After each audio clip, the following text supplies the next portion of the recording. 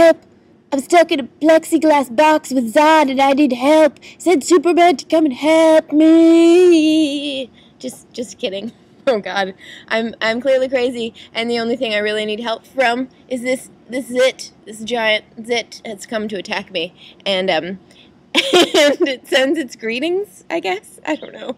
I don't know what's going on. Anyone else have acne problems? Want to discuss? Anyway, sorry I haven't talked to you guys in a week, and I'm sorry that the first time I do talk to you, it's all about pimples. Clearly not the most appealing topic, but we're not going to talk about that anymore. I'm going to tell you about my time away. Yes, I went to Toronto for a few days and visited family, which was really fun. But while I was in Toronto, I also got to go to FANEXPO, which is the same pretty much as the San Diego Comic-Con, except it's in Canada. And I got to do a bunch of fun interviews while I was there. So I interviewed my friend Lesley Livingston, who wrote the Wondrous Strange trilogy. Remember we talked to her before? She has a new book series that's out now. The first book is called Once Every Never, and it's got a very exciting character in it with a very exciting character name that you'll have to wait until later in this video to find out about, if you don't already know. And then I also interviewed my friend Adrienne Kress, who's an amazing writer as well, and I did a bunch of fun nerd newsy things while I was there. So to make up for my radio silence, sorry about that, I'm going to put up a video every day for the next 7 days.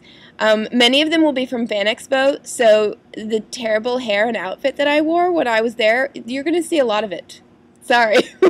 I asked them both a lot of fun writer questions, so if any of you are aspiring writers, there should be some good info in there for you. So yeah, here comes my interview with Lesley, and stay tuned for a video every day for the next week. Are you going to watch them? I hope so.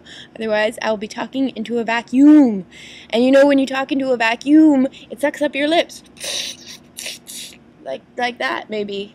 And that would be uncomfortable and weird. So try and avoid that happening to me. And enjoy this interview with Lesley. Okay, stay tuned. It's coming up right now. Hey guys! Hey guys! So I'm here at FANEXPO in Canada, in Toronto, 2011, with my friend Lesley Livingston. Remember her from before? I remember you guys. She does. I did a video with her before talking about her first trilogy of books, and she has a new book out, and that's what she's here to talk about at FANEXPO. She just did a panel. It's very exciting and fun. So why don't you tell us a little bit about what the new book is about? I'd love to. Okay. The new book is called Once Every Never. It's right here. It's sparkly. It is sparkly. And it is basically the story of a 17-year-old girl by the name of Clarinet Reed. And yeah, her name is Clarinet Reed, and she has orchestra musician parents who she will never, ever, ever forgive for naming her after a mouthpiece on a woodwind. Aside from that, Claire, as she likes to be referred to, is a fairly average girl with a fairly unaverage ability, as she discovers when she's in Britain over the summer and discovers that she can travel backward through time. Who knew? Who knew? Who knew? She didn't, but now she does. And in fact, she winds up in 1st century Britain during the Roman invasion and the rebellion of the Celtic tribes, and she actually winds up befriending the daughter of Boudica, who's this warrior queen who actually withstood the Roman invasion. And there are time travel shenanigans and romance and danger. There's a totally hot nerd boy who is amazingly sexy, and everyone can like him, and he likes lots of all the nerd things that us nerd news people like.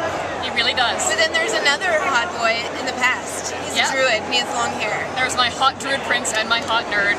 And I like him. I like the druid prince, maybe. I think the druid prince should end up with me. Okay. The hot nerd can end up with me. Okay. Okay. And there are flaming arrows. Okay, so more importantly, the head of British Antiquities in the book, what's her name? Huh. I believe her name is Dr. something. Dr.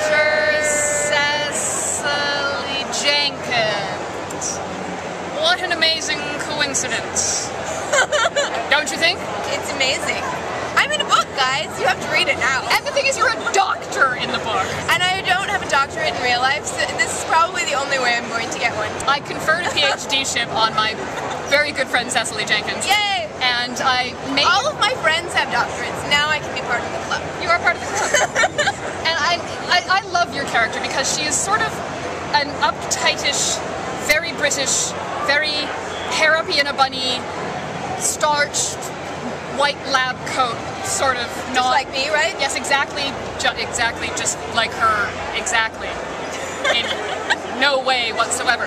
However, something does happen to Dr. Ceciley Jenkins, which sort of puts a bit of a spin on her character and gives her some very interesting, catastrophic stuff to do. Things that would be fun for me to do in a movie. But the only way that this will get turned into a movie is if a bunch of you read this book. So read the book. Who would you have play you in a movie? I would play me in a movie. But if I like couldn't play myself in a movie, maybe I would have. Who would I cast as myself? Rachel McAdams. What? I don't know. I would think I would cast Minnie Driver as myself. Maybe. Oh, actually, Minnie Driver would totally play you. But You lots, could play her. but lots of you guys say that I look like Angelina Jolie. I know it's not true, but I'm going to pretend it is. People wanted to know if they were thinking about becoming a writer, what would your advice to them be? My advice is read constantly, read outside your genre, read non-fiction, fiction, mysteries, cereal boxes, the newspaper. Read your cereal boxes. Read your cereal boxes. Get that word fiber. And because then you learn what you like, what you don't like, and you start to learn why you like or dislike something. Also, and this is going to sound fairly bleeding obvious, but write. Write every day if you can, even if it's only a couple of sentences. So what we've learned from all of these authors this weekend, guys, is really all you have to do is actually write the book that you want to write. Just actually write it. Be brave. Finish it. Be brave and do it. Yep. Do it. If you want to be an author, just do it. Be brave, be brilliant. Go out there and change the world. Yes, we believe in you. I do. Yes, me too. So, okay, now we're going to go. Okay. We will give fist kisses. Oh! And let me put my pen down. All right, ready? Okay, yeah. And Look at you. Look at you. and it's book kisses. And elephant kisses. And time travel kisses. We're clearly insane, and we should probably get off. Probably. Get off now. Yes. Get off, not in that dirty way. Get off. But just stop filming now. We were doing so well. We were going, yeah. So now we'll go.